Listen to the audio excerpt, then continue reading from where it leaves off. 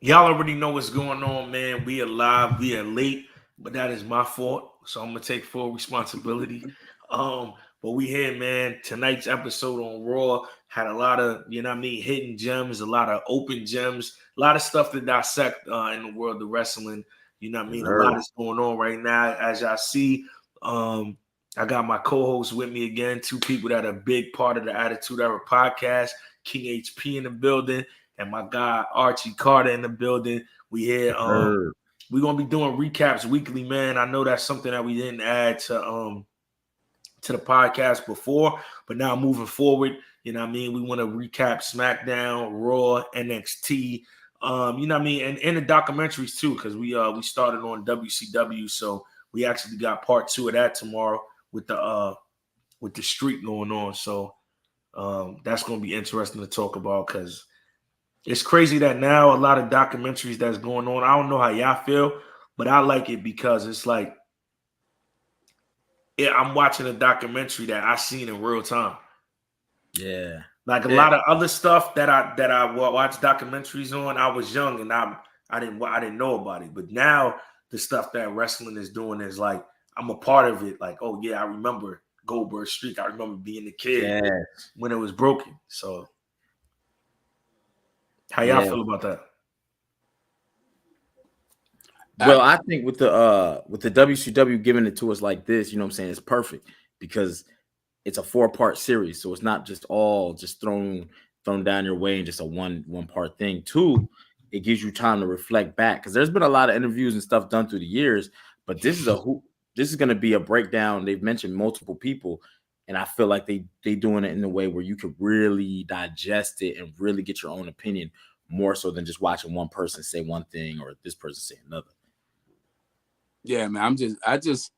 I like to know the answers to the questions. Then I think a lot of time has passed to where a lot of the people involved in those things are finally ready and comfortable in a space to where they want to talk about them.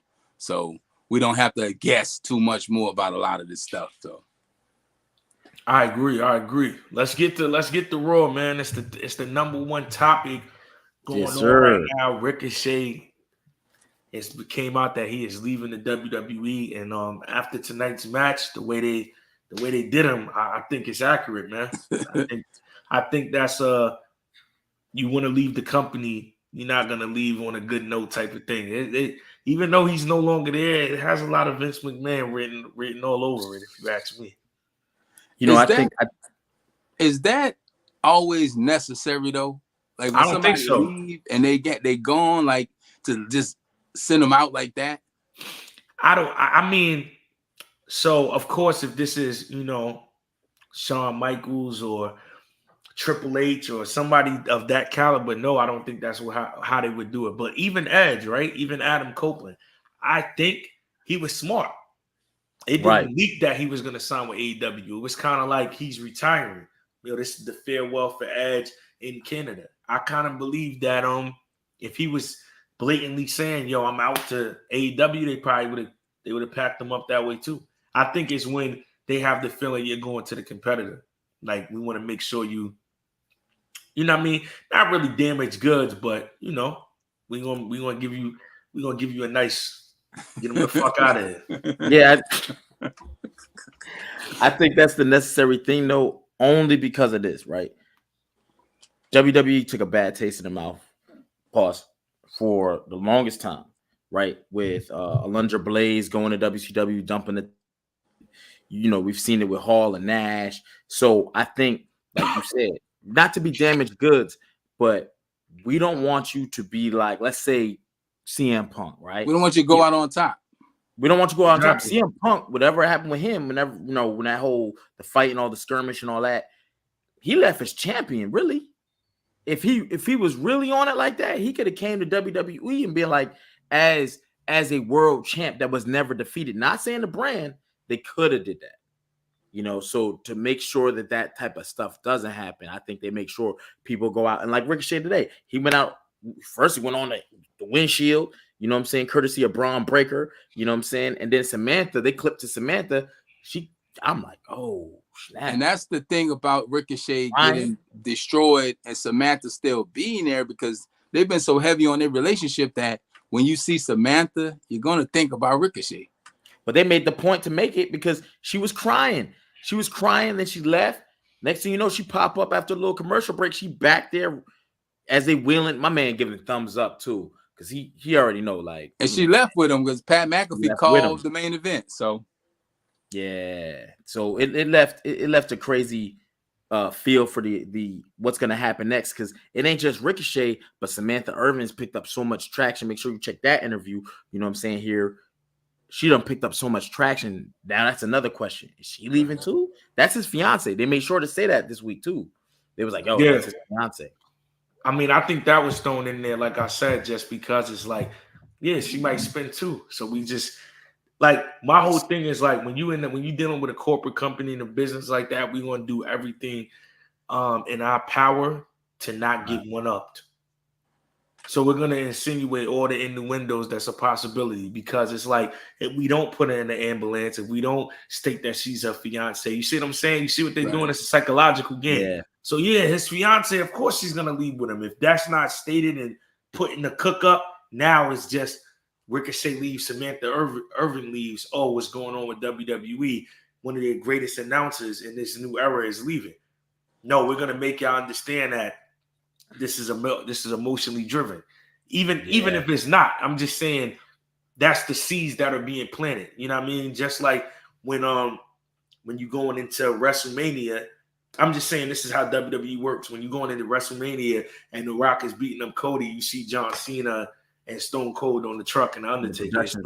You see what I'm saying? Like when you're dealing with this level of you know what I mean, companies and production, nothing is being done by accident. So it wasn't an accident. We never heard that that's his fiance, but we hear it today. Like, no, we hear it today. That was meant. It was meant. I mean, I want to know what y'all think. Enough of like getting beyond that. I think Ricochet is one of the best wrestlers doing it today for the current product. So that's the thing I'm upset about, is like I enjoy just pure wrestling. I don't think he got the push that he may have deserved or got what he needed, but in terms of just what he does in the ring, I think he's phenomenal.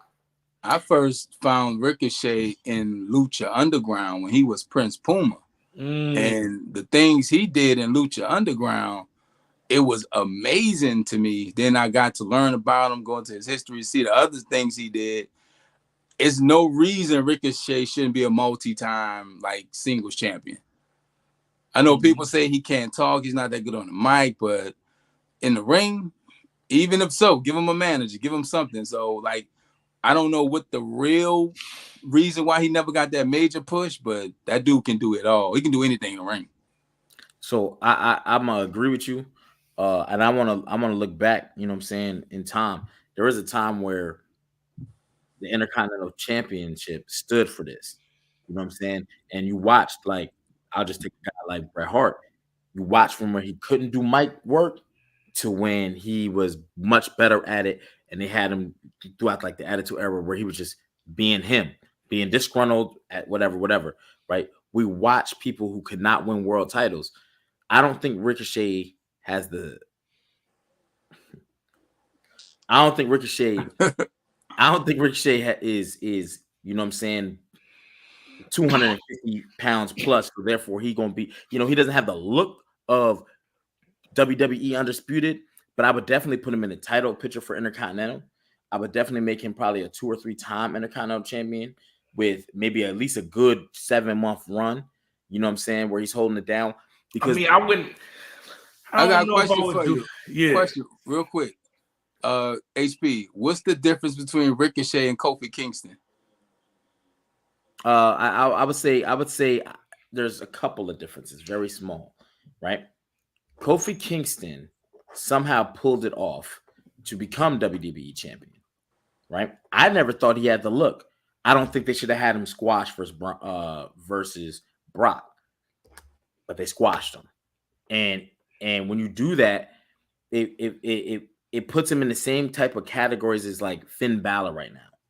First Universal Championship, he beat Roman Reigns. That was the last time we see him with that in that category, and we ain't seen Kofi come back to that category either. So the differences between them, I do think Ricochet is more athletic and he does more spots. in-ring individual match. But when it comes to big pay-per-view type, where you have the Royal Rumble, Kofi had that spot. Like, you looking forward to Kofi. But individually, I think he's nice, and I think Kofi should be your standard Intercontinental Champion, holding it down for, how Shawn Michaels, Razor Ramon. That would have been a fire rivalry to watch through the years. Two guys coming up. Maybe they never hit world title.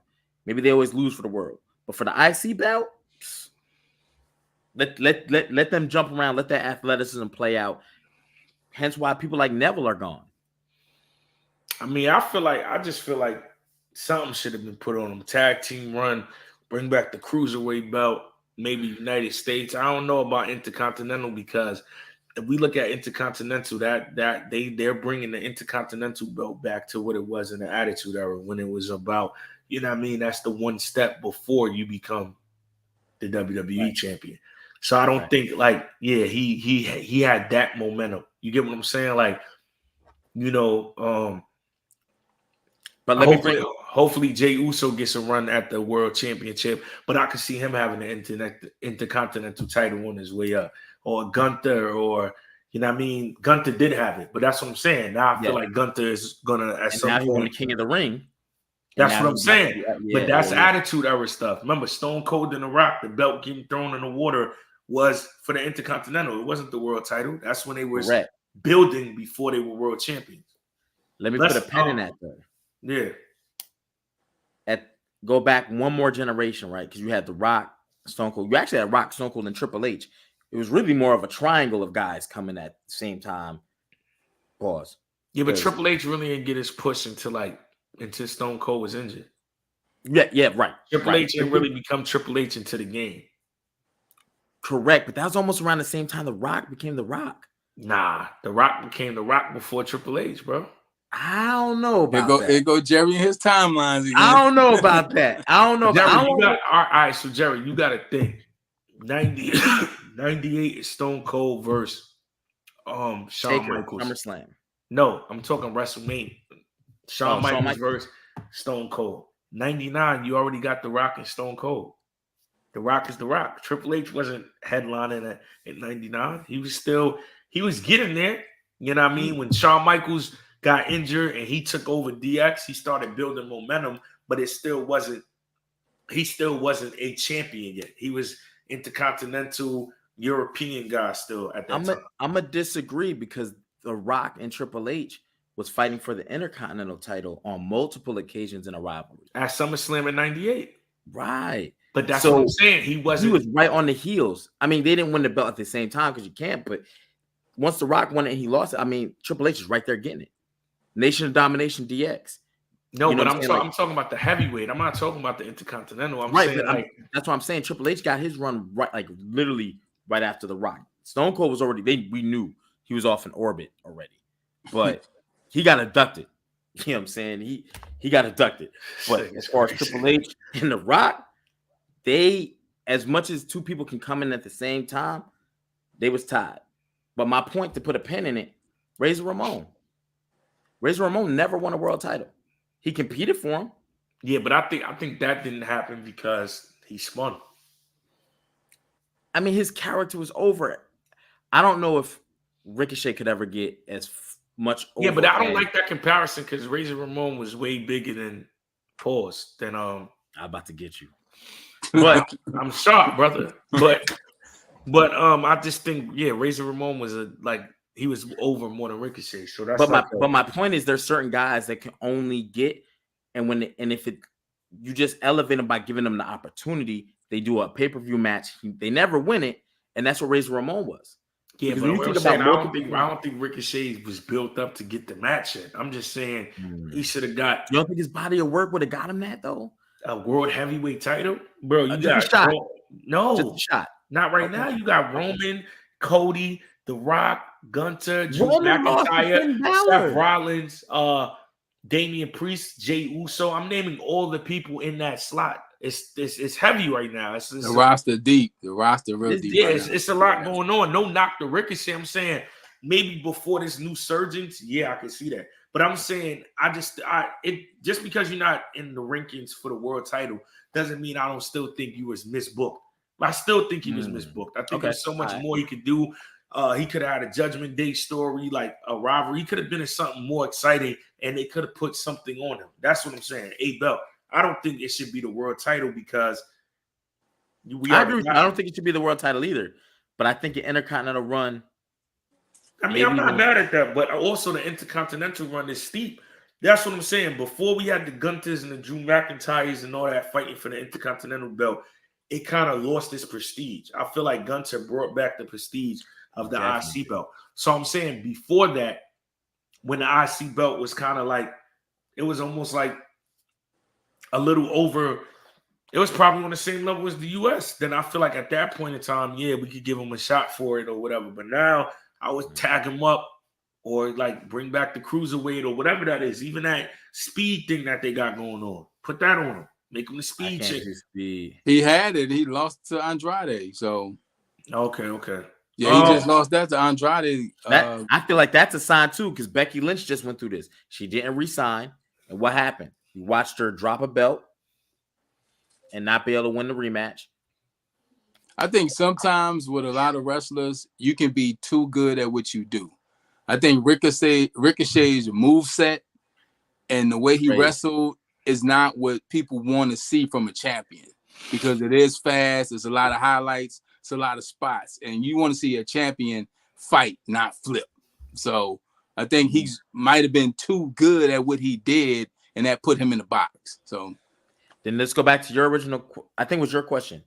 What's the difference between him and Kofi? Kofi's good on the mic. People like Kofi. Kofi had a. You don't think Kofi Kingston's good on the mic? I don't think he's bad. I think he's better than Ricochet. I just don't think he's. I don't think he's. He ain't The Rock. He ain't CM Punk, and he's not even Drew McIntyre. He's not close, but he's good. He's not. You can give him a mic and let him work it. I think he's. You have to be able to sell and connect, and I think that just was the thing that was put on him, that he's not good on the mic. He can't talk, but it's supposed to change his accent. That's another thing. Like what? I'm talking about Ricochet, not Kofi. No, I'm talking about. Let's not get sidetracked. Let's lock in, Jerry. What's the Judgment Day with Dirty Dom and Liv? How you feel about that? I feel like Dominic Mysterio got some good problems right now. Yeah, absolutely. Because stepmommy Liv Morgan is acting up, and I like it. I love it. You like it? I love it. You like it? I love it. For her to come out there and say, why you out here calling Rhea mommy when I could be calling you daddy? I think every dude watching the TV. Yeah, Jerry knew how to say it to him. You see how he said it, right, Archie? He said it like, why you calling her mommy when I could? Jerry want Liv to, pull up. Yeah. Jerry wants to get abducted. I ain't gonna Jerry said, fuck it, let's get abducted. Let's go. Get abducted. I had to look at my phone, see what I could call for, you know what I'm saying? Like, but then she slid him the room key. Gave him the room key, and Dom threw it on the table. Come on, Dirty man. Dom the Dom daddy. Which he his harness with Rhea, man. I think I know when Rhea comes back, it's gonna be some it's two people when they return is going to be bigger than they were when they left. One is Roman Reigns, and two is Rhea Ripley. And people love her already. So when you get a sympathy on her, and she's going to come back probably looking better than she did, with a new attitude and Liv. I don't know what's happening, but I like it. The story's cool. I think it might tell the Judgment Day apart though, because when Carlito found out he got the room key, of course he said that's cool. Finn Balor found out he got the room key, and Finn Balor said that's not cool. And of course, Damian Priest. I mean, I don't know what they're doing with Damian Priest. I feel like he's making a slow turn to being a babyface, but who knows? But like I said, my man Dominic Mysterio got some good problems right now, and I ain't mad at him. So I feel like this. I feel it's a multi-story, right? People hate Dom. Last week, Dom couldn't get a word out without the crowd booing him. He's their biggest bad guy. He's a heat. He draw heat. He's just a heat magnet. Here's my thing. When Rhea come back, he's gonna cost Rhea a shot. Not a shot, but the match versus Liv. That's gonna make people forever hate him. Period. Which is what they want. Dom has already got the heat. Boom, you cost Rhea and now the merch is going to be crazy because you went from Dirty Dom to Dom Daddy or Daddy Dom, however it want to be. You know what I'm saying? And I wouldn't be mad. You know what I'm saying? I'll trade spots with the man any day. However, Judgment Day, if you notice, going back to the beginning of the show, Drew McIntyre was out there running his mouth. Judgment Day came out. Dom wasn't there. Damian Priest go out there and throw Finn Balor under the bus. You wrestle my man. You beat him. If you beat Finn Balor, Judgment Day can't even be out at the ring at Clash at the Castle, right? But Finn Balor had that look like, yo, how you just gonna volunteer me up? So I think it's already they're setting the seeds for multiple storylines. The Rhea versus Liv, but Dom does the turn. People forever hate Dom. Liv and Dom go off to do their own thing. I think they're setting up for Finn Balor versus Damian Priest at some point where, you know what I'm saying, where Finn gets tired of this. I'm tired for of the it. championship or not? You think No Damian championship. Priest make it past Clash at the Castle? I say no championship for this reason. Gunther is going at the world title at SummerSlam. I think Gunther versus Drew McIntyre draws. You got your booking hat on tonight. Yo, listen. One thing we need to figure out is how to say his name. Is it Gunther or Gunther? I still call him Walter sometimes. So I don't know. Is it Gunther or Gunther? But you call him Gunther. I'm gonna call him Gunther. But Mama call him Gunther. I'm gonna call him Gunther. I'm gonna call him Gunther. But all trolling aside, right? I been feel like that was brewing, even when Damian Priest kept insinuating like, yo, I don't need you guys' help. Like that's been the thing they keep insinuating, like he keep stressing that, or like you can see him breaking away, and then Dom being with the but not mistaken, the other crew. And then right, the LWO. LWO, yeah. With LWO, it's like, okay, I see at some point this, you know what I mean? And that's a never-ending story in wrestling. We know all these factions get put together, and at some point in time, they're gonna get broken up. It's because Dom got in the ring with Ray tonight, and that was like the secondary story. Yeah. It was weird, and hey, Rey Mysterio, we love you. You don't gotta take all them bumps, dog. He's getting beat up. But he took some damage tonight. Yo, even the announcers mixed up the names of Dragon Lee and Rey Mysterio. They had like exact gear on, like they looked the same. It's too accurate. Yeah, this one had on tights. They looked like you're looking at two of the same thing.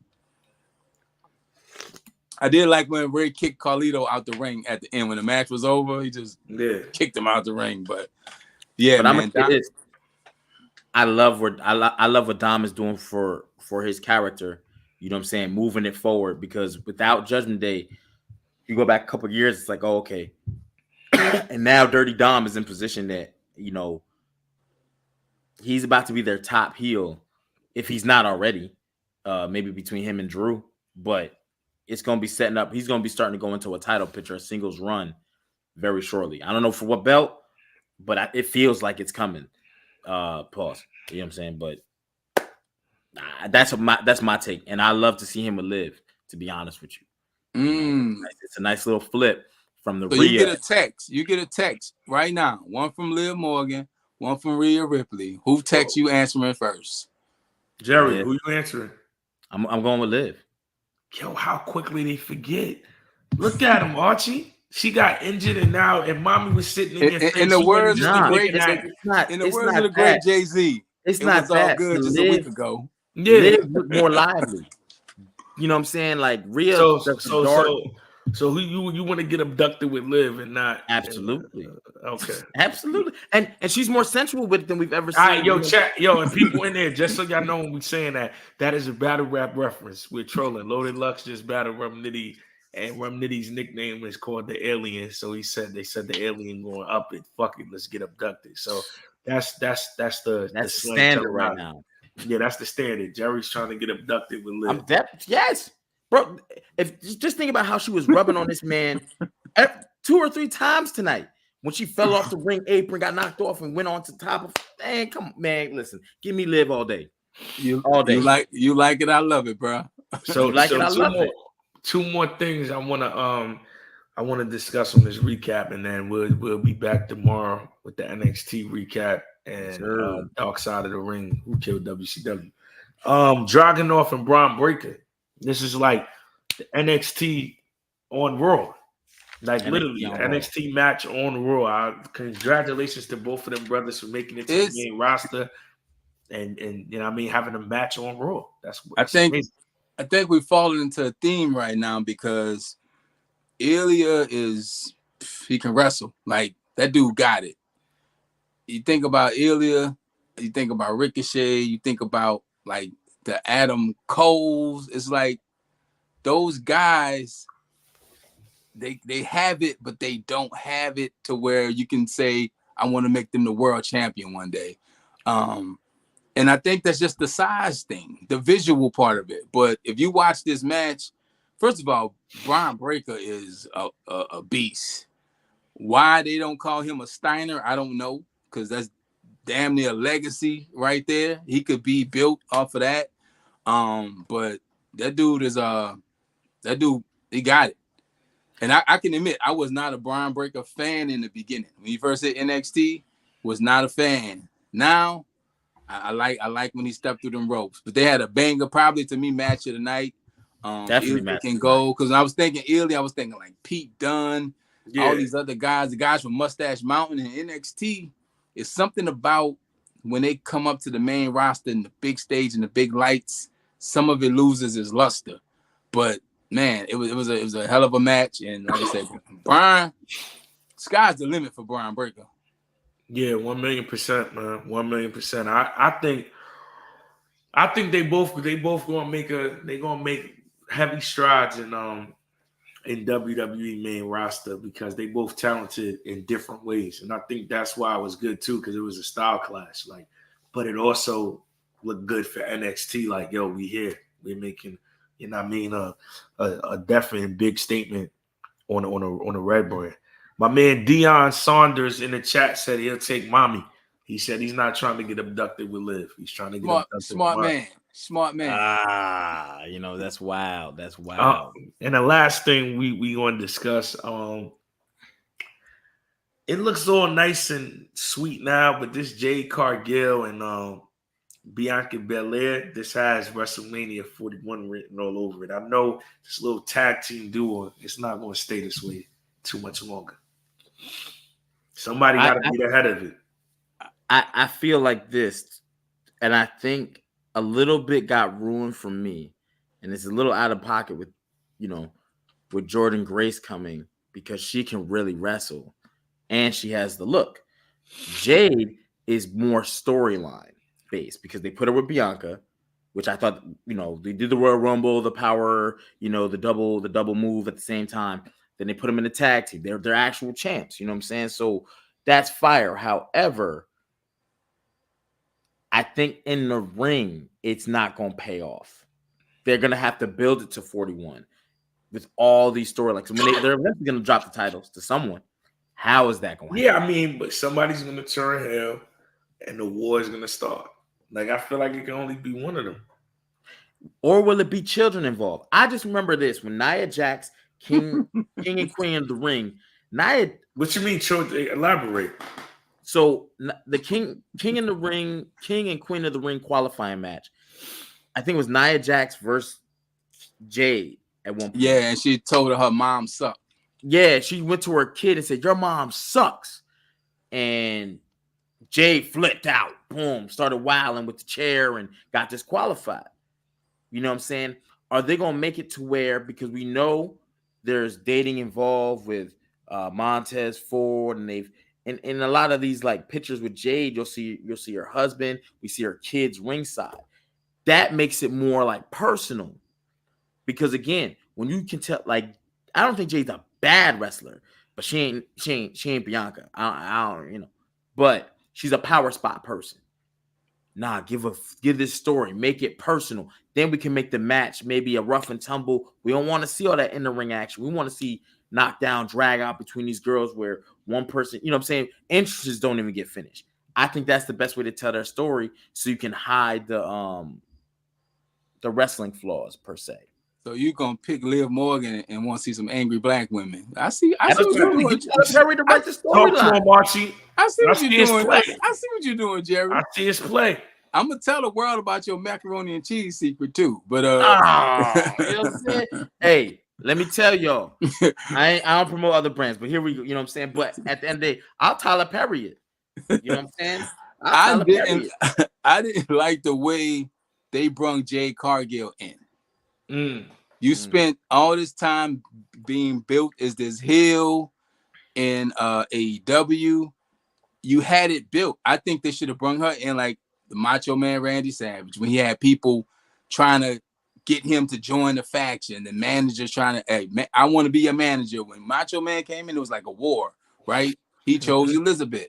Jade should have come in, and if they knew she's not quite ready for the ring where they want her to be, have her in the back doing back segments in the locker room with the line out the door, people trying to get appointments and see her, because she was already a star.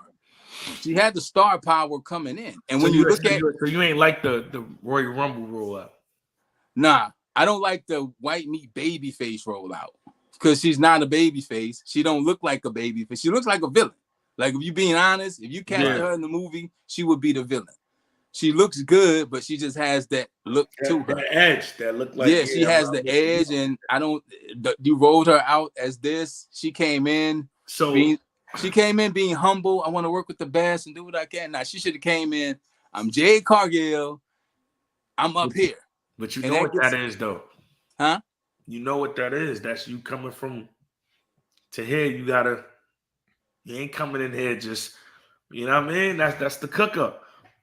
And it was the obvious thing was to put her with Bianca. Bianca said she's a stallion. hey. We all can agree on that. Yo, Dion is hilarious. Let me ask y'all this, right? Let's make sure we all in agreement. If somebody in that dynamic tag team turns heel, we all saying it's gonna be Jade, right? Because I am. Yeah. I see Bianca Belair being in a role in her career like John Cena. We always might tease a turn, but she never does it.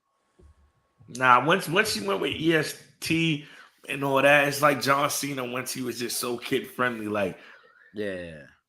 So yeah, she's a brand. She's built on the positivity, the smiles, the and kids whatnot. and all that. Yeah, like nobody's risking the Hogan move no more. Let's be honest. I whip my hair back and forth. I whip my hair back. The Hogan move was only done because of WCW. The ratings war. A lot of things won't happen no more because the pressure is not. It's not the same as it was back in the 90s. The risk is way bigger these days. Yeah. I wish there was never a tag team from the start, though, and her being on SmackDown instead of Raw is just bad booking to me. Can't be mad at that. I feel you. Yo, my guys came from TikTok over here. Shout out to you, my brother. Yo, chat. So before we get out of here, anybody that got questions, let us answer the questions. Any questions y'all got about Raw? Any questions y'all got about the matches you saw tonight? Let's just do a minute of that. And then while they do that, I'm gonna say I thought Shayna and Zoe Stark looked good tonight. They came out in matching gear. They look like a real team now. I'm liking that. Hey, I ain't gonna hold you. They had that yellow and black outfit was fire. It worked. Also think Shayna Baszler choking out. Was it Alda Fire? She choked her out. Right. That's how they got the victory. But this is what I thought about going back to the NXT Battleground. She lost a UFC Apex match where it was the underground match where it was only tap outs or knockouts. And then the first thing she do is come out on Raw and choke somebody out. And she sold the knee injury from the night before, which I thought was dope. Yeah, I also thought Drew McIntyre looked real strong going into the Clash at the Castle. He ended the show. He opened the show, ended the show. I like that. And AOP, Karrion Kross, might be time to join Ricochet and the ambulance. It's just not working. Oh My goodness, Yeah. yo. Archie I got do think they're Archie got misusing out of him. pocket, yeah. Is it working? Archie No, got it's out not. of pocket, yeah. Yo, I don't listen, think man. Archie got in his bag, chat. he Let me getting chill. abducted right now. I He was in my abducted. Jerry bag. Let me chill real quick. Yo, but nonetheless, y'all. Nonetheless, Good show. that's the Raw recap. Tomorrow we'll be back with the NXT recap and the WCW Part 2 breakdown. What Cody doing on NXT tomorrow? I don't know. Cody's on NXT tomorrow? Yeah, with the Ethan, I think because he did take a text that said, "Let me see how my boy Ethan, whatever his handle is, against Trick Williams," and we saw that Trick Williams won the match at Battleground, and now Cody is gonna be on NXT tomorrow. So I don't know what he's gonna talk about because your man's lost. Yo, and what's crazy is, right, my daughter graduates tomorrow. I just came from Orlando. If not, I would have been there. Yeah, I think I'd have got to see what Cody was doing. But yeah, we'll watch it, man. We'll see tomorrow, y'all. Well, we today. got one more question pop up real quick. Let me see if I could. How do y'all feel? You trying to get me in trouble, Ant. You trying to get me in trouble, man. I'm gonna keep it $1, man. I mean, I feel like Cody Rhodes as champion was needed because it was the story was built so high that it couldn't end with that. But I feel like it's one of those situations where the story this is a pause. I don't know how to articulate. Go ahead. But we waiting. Jerry, relax, please. But I feel like the main part of the story was for him to get the belt. So that always is going to supersede him actually having it. If you understand what I'm saying. Like the highlight of that story was, can he do it? It was the chase. The chase. Chase. Can he do it? His father didn't do it. He lost to him last year. This is not a last shot. The Rock interfered. We almost didn't get another shot for him. Now he has one. Now the bloodline beat them night one. His bloodline rules. Everything that led up to it. Think about everything that went into it. It's like it's impossible to have the same feel for something that was built up for his whole career and think that that's going to be on the same level 3 months after. It's not going to happen. Yeah, I think the chase was good, entertaining, but when you're a champion, that run after means just as much. And he been a little cold. I ain't gonna hold you. I think this is the WWE fault. And not almost by design. It's like a Hulk Hogan Ultimate Warrior turnover. Hulk Hogan loses the belt to Warrior at WrestleMania 6. And Hogan was so high. People forget Hogan had a 4-year reign. Hogan was the guy.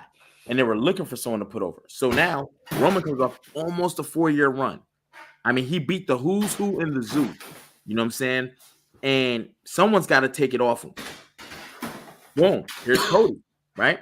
But the problem with that is, where do we go next? Because we spent 2 years telling your story. The quickest way to, you know what I'm saying? Yo, I'm going to end your story. I mean, that's just, it writes itself.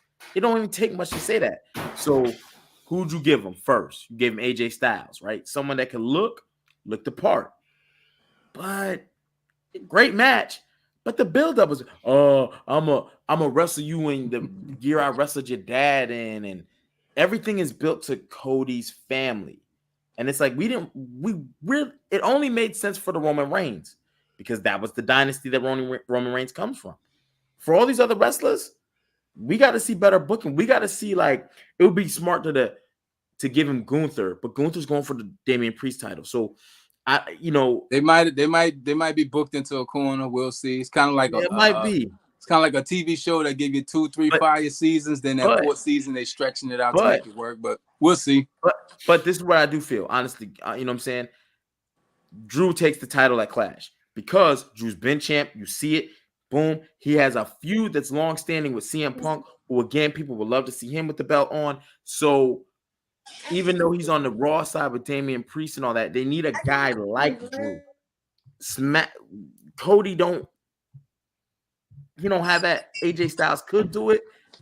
It's an I Quit match. maybe so, and they change the titles back and forth. I think maybe AJ takes it a month later, he drops it back to Cody because The Rock is built into that storyline. Let me ask you this question, Jerry. You got your cup with you? Which one? I got my coffee. I got my distilled water with the cubes. You know what I'm saying? I got my cucumber lime water. Okay. That's it? What is this here? Oh, man. Here we go. It's been real. It's been real. Yeah. It's been real. I'm just asking, like, it's been real. I just recap. Attitude Era podcast. We'll be back tomorrow, y'all. This guy.